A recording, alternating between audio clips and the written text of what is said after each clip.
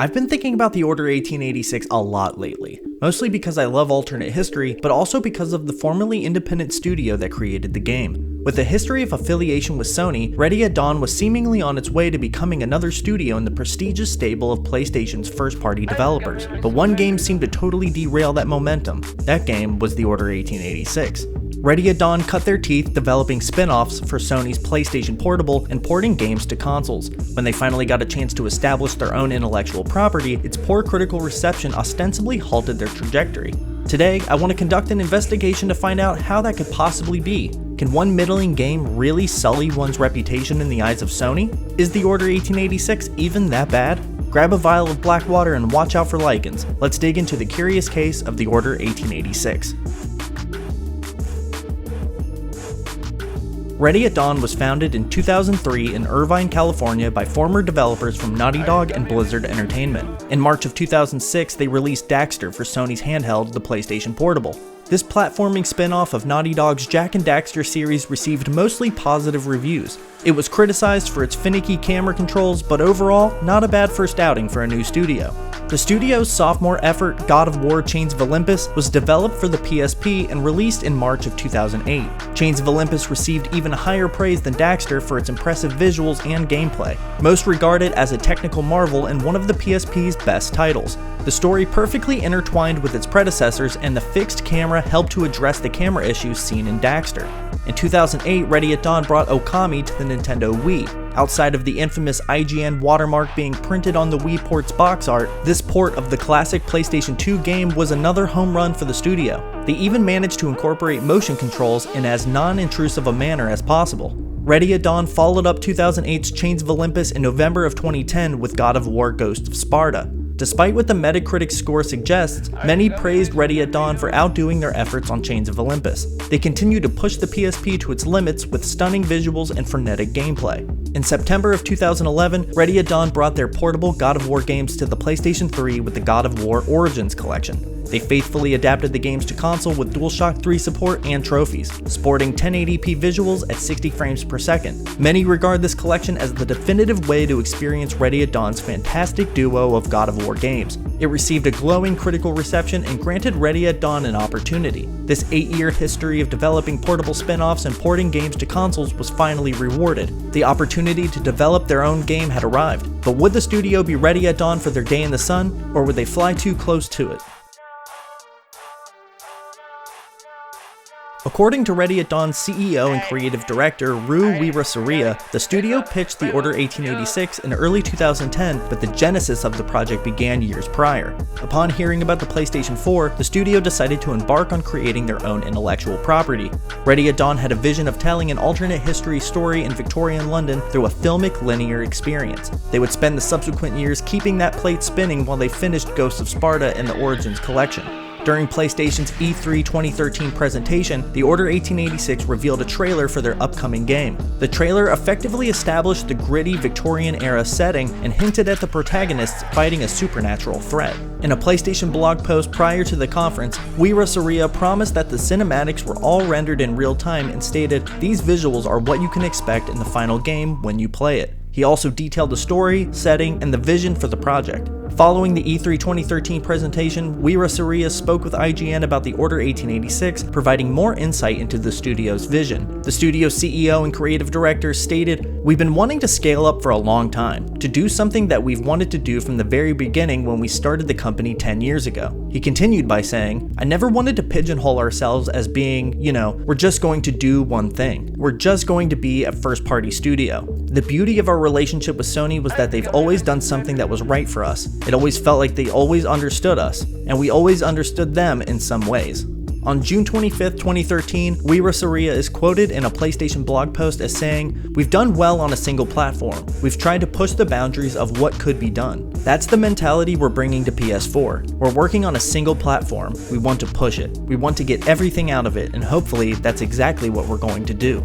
In that same PlayStation blog post, Retrospective would continue to say, "There are gameplay features we'll be talking about that will be very, very cool. Right now we're playing with things. The moment-to-moment gameplay is really not what you might expect. We didn't want to make it single tone." He added, "When you watch a movie, you don't question what lens is being used. You don't question why there is grain on the film or why there's certain lighting. With this game, we replicated a lot of physical attributes. We have true lens distortion. Games have a tendency sometimes to be too clean and crisp. We thrive in dirt. We just love the fact that the Order 1886 feels dirty."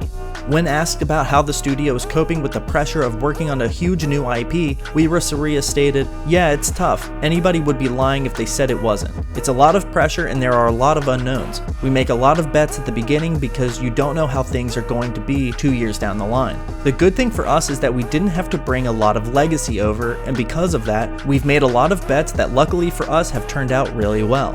In August of 2013, Retrospective stated to IGN in a behind-closed-doors meeting that the game was still a year or so off, suggesting that the game could be released in 2014. As the hype for the game continued to build in the months following, founder and CTO of Ready at Dawn, Andrea Pacino, stated on Twitter that the graphic fidelity definitely exceeds the trailer. Then in February of 2014, he added, "Currently we do not aim for 60 frames per second. In a first-person shooter, that surely makes sense. But for us, the cinematic experience is in the foreground, presented in full HD 1080p. In favor of spectacular effects and the highest resolution, we restrict ourselves to a fluid 30 frames per second." It was around this time that skepticism began to worry games writers and enthusiasts. The studio suggested that the game may launch in 2014, but gameplay had still yet to be shown off.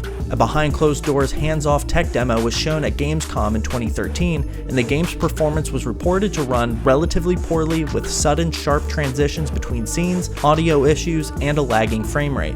As many would expect, on May 27, 2014, the Order 1886 was delayed via a PlayStation blog post. Retrospective wrote, "As we look to bring this experience to the players, we have decided to spend some extra time to deliver on the promise we made when we first introduced the game. As such, you can expect the Order 1886 to come exclusively to the PlayStation 4 in early 2015. On June 10, 2014, the Order 1886 was officially given a release date of February 20, 2015 during PlayStation's 2014 E3 presentation. The trailer focused mainly on the story and horror elements of the game, but did show glimpses of the third-person shooting gameplay.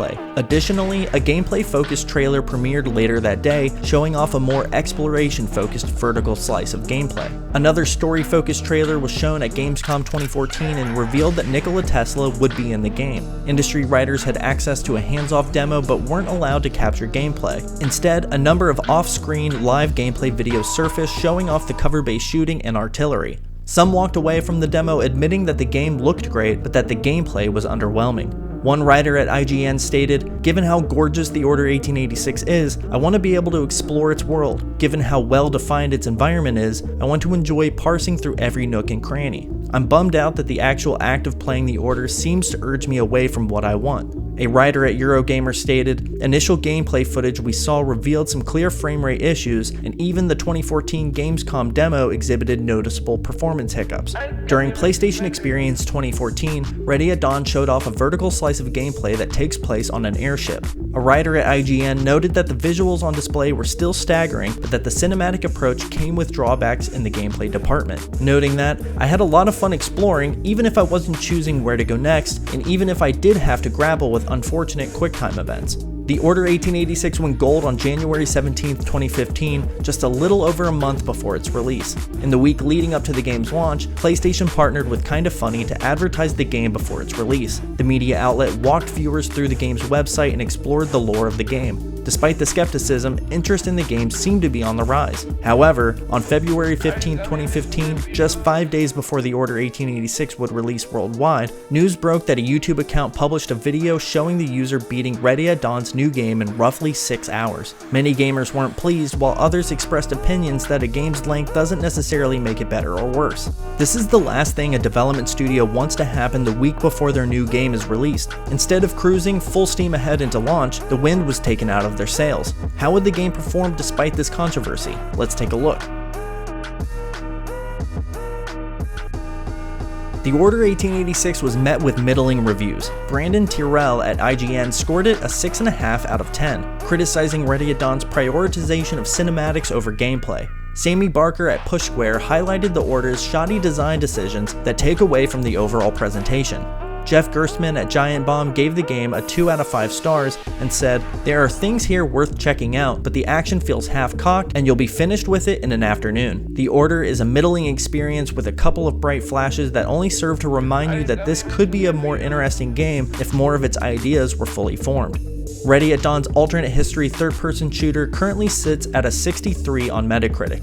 Despite its gameplay criticisms, the game kicked up debates over game length. Many took Ready at Dawn to task over the $60 price tag due to the game's duration averaging 10 hours for 100% completion, according to How Long to Beat. However, some defended the game's length but criticized the game for its fundamentals. One writer at IGN stated, "One thing that isn't wrong with the Order 1886 is its length," then continued by saying, "While it does a wonderful job of setting up its story with beautifully realized environments, gorgeous character models, and a stylistic flair, its third-person shooter gameplay is largely unimaginative and its pacing borders on atrocious." Sales figures for this game are all over the place. VG Charts estimates 1.62 million units sold worldwide, but again, that's just an estimate. In August of 2018, Blake Hester at Polygon spoke with Rue Weerasaria about the Order 1886, and the CEO/creative director had this to say, "I would say sales have been pretty steady since the game was released." In that same interview with Polygon, Weerasaria spoke about the game's shortcomings and said, "I think the shortcomings come from so much concentration on building an IP at the very beginning. We were so dead set on making sure this IP had a foundation, that stories could be told so many different ways." He went on to say, "I saw certain people in certain reviews of the game talking about the achievements, but almost in their conclusions amounting to nothing because the game wasn't long enough. But can you truly talk about all these things that they say themselves were groundbreaking, and just in one moment say the game's not long enough, so the game is bad?"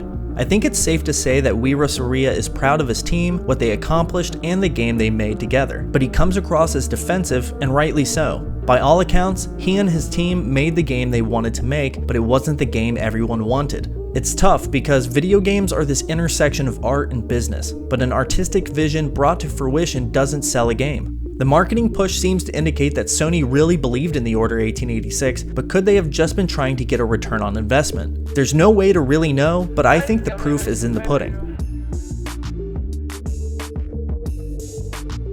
I recently revisited the Order 1886 and played through the game in its entirety. While I totally understand its criticisms, I enjoyed it a lot, but I also enjoyed it when I platinumed it back in 2015. The narrative is interesting, and I honestly wish I could continue the story. The atmosphere reminds me of Resistance Fall of Man, and the gameplay is reminiscent of Gears of War. It manages to get started going down an interesting road, but doesn't go the distance.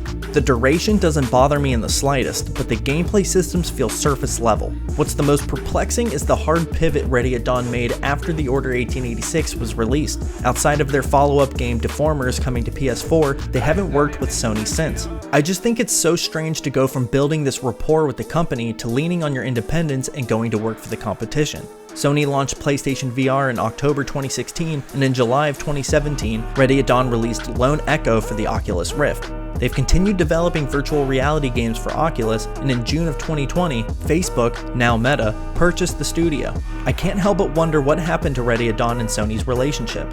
It reminds me of what happened between Sony and Bend Studio after Days Gone failed to meet their expectations. There's this long history with the company in developing games for handheld devices. Then they get the chance to make their own IP, but it's not received well, and that's the end of the relationship. It's just so strange to me. I talked about it in my Days Gone retrospective, but Sony seems to have this way of building up studios and only giving them one shot to shock the world. I know that Bend Studio is technically still a support studio, but their relationship has changed greatly. Outside of Sir Galahad's cameo in Astro's Playroom, there hasn't been any mention of a sequel. In that 2018 Polygon interview, Weerasaria was asked about the cliffhanger ending to The Order, and he said, "It's hard for me to answer that. I will tell you the same answer I would have given in the past before The Order came out. That IP was built with a lot of work behind it. There's a lot of story that was already written, and just isolating it to just the story, that was not enough for us." However, the trademark for the Order 1886 was renewed in December of 2021, so maybe not all hope is lost. But since Ready at Dawn is now an Oculus studio, another one of Sony's developers would have to work on the game. Do you think a sequel to the Order 1886 will ever see the light of day? If so, what studio would you like to see develop it? Let me know in the comments below. Thank you so much for your time and attention, it means the world to me. If you enjoyed this video, subscribe to the channel. I make reviews, retrospectives, and other gaming related videos. I also host and produce a weekly Nintendo-centric podcast called Me, Myself, and I that you may want to check out. I also write for lordsofgaming.net. If you're looking for a gaming website comprised of game enthusiasts that love games and just want to write about them, look no further. Lordsofgaming.net is where you need to go. Again, thank you for watching, lead with love, and stay hydrated.